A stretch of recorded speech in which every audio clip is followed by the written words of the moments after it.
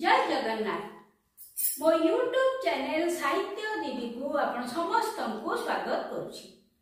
पिला माने गत थरक आमे तुमर अतिरिक्त साहित्यर गोटे विषय आलोचना कर देथिले। तुम अतिरिक्त साहित्य रे तीनोटी विषय वर्तमान सुधा प्रश्नोत्तर आलोचना हे सारिछि। आज आमे चतुर्थ विषय आलोचना करबा। एतिकी प्रश्नोत्तर जदि तमर मन रही जाए बिले ताहले परीक्षा रे तमर कोनोसी असुविधा हबनी। देख चतुर्थ विषय आमे जो आलोचना करिया को जाउचंती विषय ना होची फल्गु। एक नंबर प्रश्न, फल्गु नाटकर लेखक किए? उत्तर मनोरंजन दास। 2 नंबर, केउ नाटक पाई मनोरंजन दास केंद्र साहित्य एकेडमी पुरस्कार पाइथिले? उत्तर अरण्य फसल। 3 नंबर, केउ नाटक पाई मनोरंजन दास ओडिशा साहित्य एकेडमी पुरस्कार पाइथिले? उत्तर छोट नाटक। 4 नंबर, सुब्रत को ड्राइंग रूम टेबल उपरे टेबल क्लॉथ परिवर्ते कोन करा हितला? किछि पुरुना खबर कागज। 5 नंबर, बंसी रे केउ रागिणी भासी आसुथला? उत्तर पूरबी।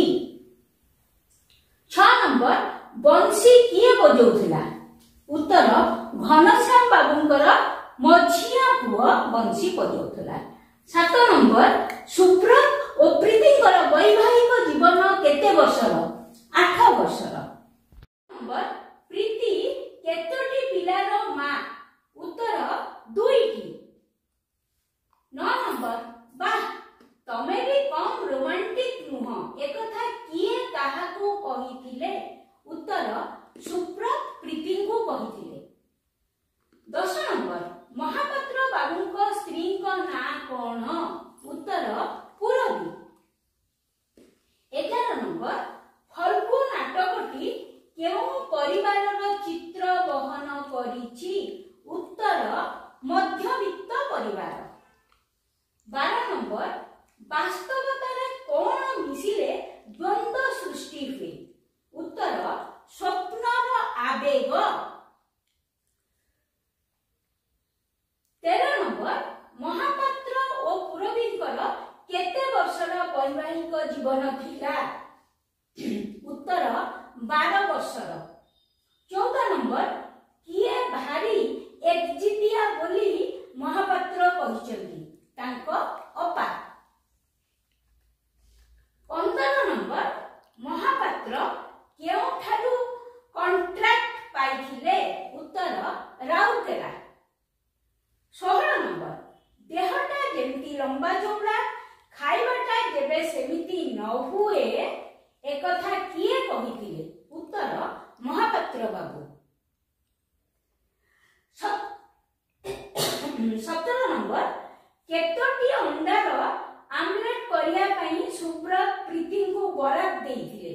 उत्तर डजन अंडा। 18 नंबर, पूरबींक आखि रे सुब्रत कोन थिले बोली महापात्र कहिचंती? उत्तर देवता। 19 नंबर, ता बोली किंतु आपनक प्रतिभा को मु क्षुर्ण करिनी केबे एक कथा किए कहचंती? उत्तर महापात्र बाबू। 20 नंबर, विवाह पूर्वरु पूरबी सुब्रत को देइथिबा पैकेट रे कोन थिला? कलम और चिट्ठी। गोटे नील रंगर कलम आ गोटे चिट्ठी थिला। 21 नंबर, भल पाइबा गौरवर विषय न होई पारे किंतु पाप तो नुहे एक कथा किए कहिथिले? एक कथा पूरबी कहिथिले। 22 नंबर, प्रीति कानी रे की जलखिया धरी आसीथिले? उत्तर चाउळ भजा। 23 नंबर, बेबीर मुंड किए कुंडेई देइथिले? उत्तर सुब्रत। 24 नंबर, ପୂରବୀ କିପରି ମୃତ୍ୟୁବରଣ କରିଥିଲେ କାର ଆକ୍ସିଡେଣ୍ଟରେ। 25 ନମ୍ବର କଲମଟି ବିକି ଦେଇଥିବାରୁ କିଏ କାନ୍ଦି ଉଠିଲେ? ପ୍ରୀତି କାନ୍ଦି ଉଠିଲେ। 26 ନମ୍ବର ସୁବ୍ରତ ବାବୁ କେଉଁ ରଙ୍ଗର କଲମରେ ଲେଖନ୍ତି?